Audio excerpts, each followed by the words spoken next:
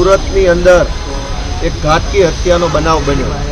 આખો દેશ જ્યારે બંધારણના નિર્માતા ડૉક્ટર બાબા સાહેબ આંબેડકરની જન્મ જયંતિ ઉજવી રહ્યો હતો અને દેશને લોકતાંત્રિક વ્યવસ્થાની ઉજવણી થઈ રહી હતી, એવા સમયે લોકશાહીના ચીથડા ઉડાવી દે એવી ઘટના સુરતમાં બની છે કે એક આવારા વ્યક્તિએ દારૂ પીવાના પૈસા માગ્યા એક ગરીબ વ્યક્તિ પાસે, અને ગરીબ દેવી પૂજક સમાજના યુવાન પાસે પૈસા નહોતા, અને શું કામ હોય, અને હોય તો પણ શું કામ આપવાના?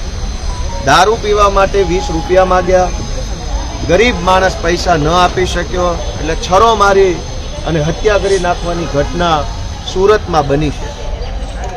એક રીતે આ ઘટના જોઈએ તો ગુજરાતમાં જ્યારથી હર્ષ સંઘવી જેવા 8 પાસ ડફોળો મુખ્યમંત્રી બન્યા છે ત્યારથી ગુંડાઓ, બદમાશો, તોડબાજો, હત્યારાઓ, બળાત્કારીઓની હિંમત વધી ગઈ છે। ચારો તરફ ડ્રગ્સ વેચનારાઓ બેફામ બન્યા છે, દારૂ વેચનારાઓ બેફામ બન્યા છે, અને આ તમામ ગુંડાઓ, બુટલેગરો, લૂંટારાઓ, હત્યારાઓ, ચોરો, તોડબાજો, લુખ્ખાઓ, માફિયાઓને કોઈ પણ જાતનો સરકારનો કે પોલીસનો કે જેલનો કે અદાલતનો ડર રહ્યો નથી। 7 જેટલી બહેનો ઉપર એકનો એક ભાઈ આ દેવી પૂજક પરિવારનો છોકરો હતો। એક ભાઈ અને 7 બહેનો, ગરીબ પરિવાર, રોડ રસ્તા ઉપર શાકભાજી વેચી અને પરિવારનું ગુજરાન ચલાવતો વ્યક્તિ, અને એની આવી નાની એવી વાતમાં ઘાતકી હત્યા દારૂના કારણે થઈ ગઈ, ડ્રગ્સના કારણે થઈ ગઈ। અને આટલી મોટી ભાજપની સરકાર, આટલું મોટું પોલીસ તંત્ર તમાશો જોઈ રહ્યું છે। આરોપીઓને પકડવાના બદલે, કાર્યવાહી કરવાના બદલે પરિવારે ઉપવાસ ઉપર બેસવું પડે, લાશ નહીં સ્વીકારવા માટે થઈ અને આકરું પગલું પરિવારે ભરવું પડે। આનાથી મોટી શરમની વાત શું હોય? અને સૌથી મોટી શરમની વાત મેં આજના છાપામાં, ગઈકાલના છાપામાં વાંચ્યું કે પોલીસે, કમિશનરે એવી બાહેધરી આપી પરિવારને કે તમે લાશ લઈ લો, અમે જલ્દી ચાર્જશીટ કરી દેશું।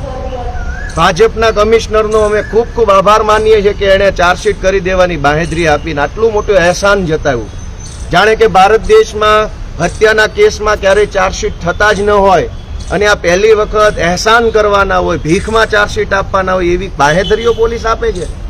8 પાસ ગૃહમંત્રી હોય પણ અધિકારી તો ભણેલા છે। શરમ આવવી જોઈએ બધાને કે આ કેવા પ્રકારની બાહેધરી પોલીસના અધિકારીઓ આપે છે કે ચાર્જશીટ જલ્દી કરી દઈશું। જલ્દી ચાર્જશીટ એ શું અહેસાન છે? જલ્દી ચાર્જશીટ એ શું ઉપકાર કરો છો તમે જનતા ઉપર?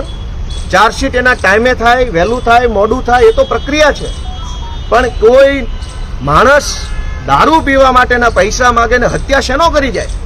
એવી ઓકાત કેવી રીતે થઈ ગઈ ગુજરાતમાં કોઈ પણ માણસની કે હત્યા કરી નાખશે?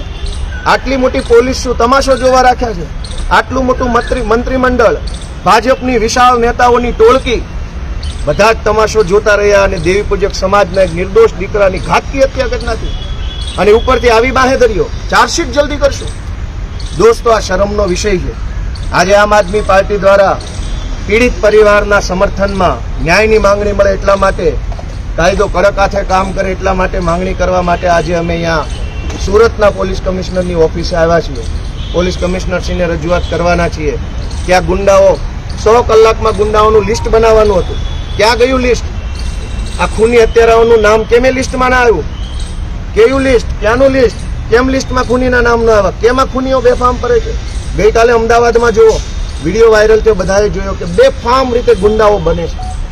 ડ્રગ્સના કારણે, દારૂના કારણે ગુજરાતમાં ગુનાખોરી અતિ ભયંકર હદે પહોંચી ચૂકી છે, અને નિર્દોષ માણસો જ નહીં, પોલીસ પણ ગુંડાઓનો ભોગ બને છે। અમદાવાદમાં લુખ્ખાઓ છરો લઈને નીકળેલા અને પોલીસની PCR વાહન ઉપર તલવારથી હુમલો કર્યો, એના વિડીયો પણ આ ગુજરાતે જોયા છે। ડ્રગ્સનું પેડલિંગ કરતા લોકો પણ પોલીસને ક્યારેક પોલીસ ઉપર હિંસક હુમલો કરી લે દ્રશ્યો જોયા છે। પોલીસની અને 8 પાસ મંત્રીની આંખ ખુલે એવી અમારી લાગણી છે કે ગુજરાતને બહુ બરબાદ કર્યું છે। આંખ ખોલો અને ગુજરાતને બચાવો।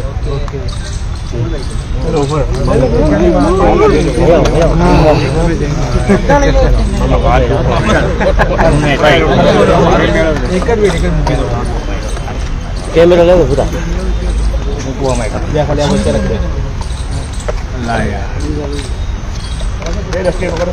બચ્ચા રાખી દે બે નહીં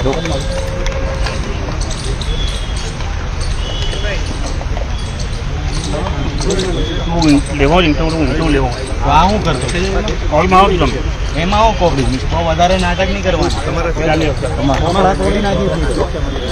ઉભા રહો ભાઈ પછી લેવો પહેલા હું ફાફા માંડ્યા અહીંયા કાંઈ વાંધો નહીં. પહેલા હું ફાફા માંડ્યા પકડો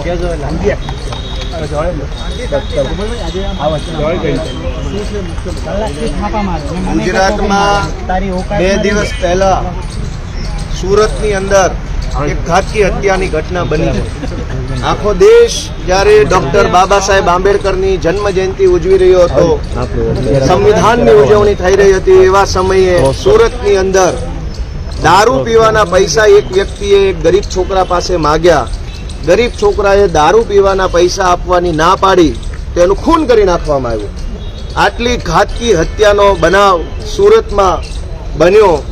એ બાબતે આજે અમે સુરતના પોલીસ કમિશનરને આવેદનપત્ર આપવા આવ્યા છીએ. તમે જોઈ રહ્યા છો કે છેલ્લા ઘણા દિવસોથી દારૂ પીને કોઈના ઉપર કાર ચડાવી દેવી, વડોદરામાં ગાંજાનો નશો કરીને કોઈને મોતને ઘાટ ઉતારી દેવા, અમદાવાદની અંદર ડ્રગ્સનો નશો કરીને કોઈના પર કાર ચડાવી દેવી, દારૂ પીવા માટેના પૈસા માગે, પૈસા ન આપો તો ખૂન કરી નાખવું. દારૂ અને ડ્રગ્સના કારણે ગુજરાતની અંદર ગુનાખોરી બેફામ હદે વધી છે. અને જ્યારથી 8 પાસ ડફોળ ગૃહમંત્રી બન્યા છે ત્યારથી તો ગુજરાતમાં ગુંડાઓએ, તોડબાજોએ, લુખ્ખાઓએ, હરામખોરોએ માજા મૂકી છે કે મંત્રી જો 8 પાસ હોય તો ગુંડાઓ કાબૂમાં શેના આવે. એક તરફ ફાંકા ફોજદારી થઈ રહી છે કે 100 કલાકમાં ગુંડાઓનું લિસ્ટ બનાવવું, અને એક તરફ દારૂ પીવાના 20 રૂપિયા માગવા જેવી બાબતમાં ગુંડાઓ ખૂન કરી નાખે છે. ક્યાં ગયું 100 કલાકમાં બનાવેલું ગુંડાઓનું લિસ્ટ? ક્યાં ગયું એ લિસ્ટ? ક્યાં ગયા ગુંડા? કઈ જેલમાં પૂર્યા? આવી હિંમત કેમ થઈ ગઈ કોઈની કે ખૂન કરી નાખે? દોસ્તો, ગુજરાતમાં દારૂ અને ડ્રગ્સનું દૂષણ આ ભાજપના ગુંડાઓએ વધાર્યું છે. છાસવારે રોજ છાપું ખોલો, ડ્રગ્સના કારણે હત્યા, છાપું ખોલો, ડ્રગ્સના કારણે એક્સિડન્ટ, છાપું ખોલો, ડ્રગ્સના કારણે હત્યા, દારૂના કારણે હત્યા, છાપું ખોલો એટલે ડ્રગ્સ અને દારૂના સમાચારોથી ભરાયેલું છે. ગુજરાત આવું ન હતું. આ ગાંધી અને સરદારનું ગુજરાત છે. અહીંયા આવી ઘટના બનતી નહોતી. તમે જુઓ દોસ્તો કે છાસવારે ગેંગો નીકળી જાય છે, તલવારો લઈને રોડો પર ફરે છે, ગુંડાઓને કંઈ કહેવાતું નથી, પોલીસ એફઆઈઆર લખતી નથી. આજે દેવી પૂજક સમાજના એક ગરીબમાં ગરીબ સમાજ છે ગુજરાતનો દેવી પૂજક સમાજ, જે છોકરાનું ખૂન થયું છે એ 7 બહેનો ઉપર એક ભાઈ હતો, માત્ર એક ભાઈ અને 7 બહેનો. એના પરિવાર ઉપર શું વીતી હશે? નહીં જેવી દારૂ પીવા જેવી વાતમાં હત્યા કરી નાખી છે. આજે અમે સુરતના પોલીસ કમિશનરશ્રીને વિનંતી કરવા આવ્યા છીએ કે રોકી લો આ ડ્રગ્સના દૂષણને, દારૂના દૂષણને રોકી લો અને આ ગુજરાતને સુરક્ષા અપાવવાનું કામ કરો એવી વિનંતી કરવા માટે આજે અમે આવ્યા છીએ.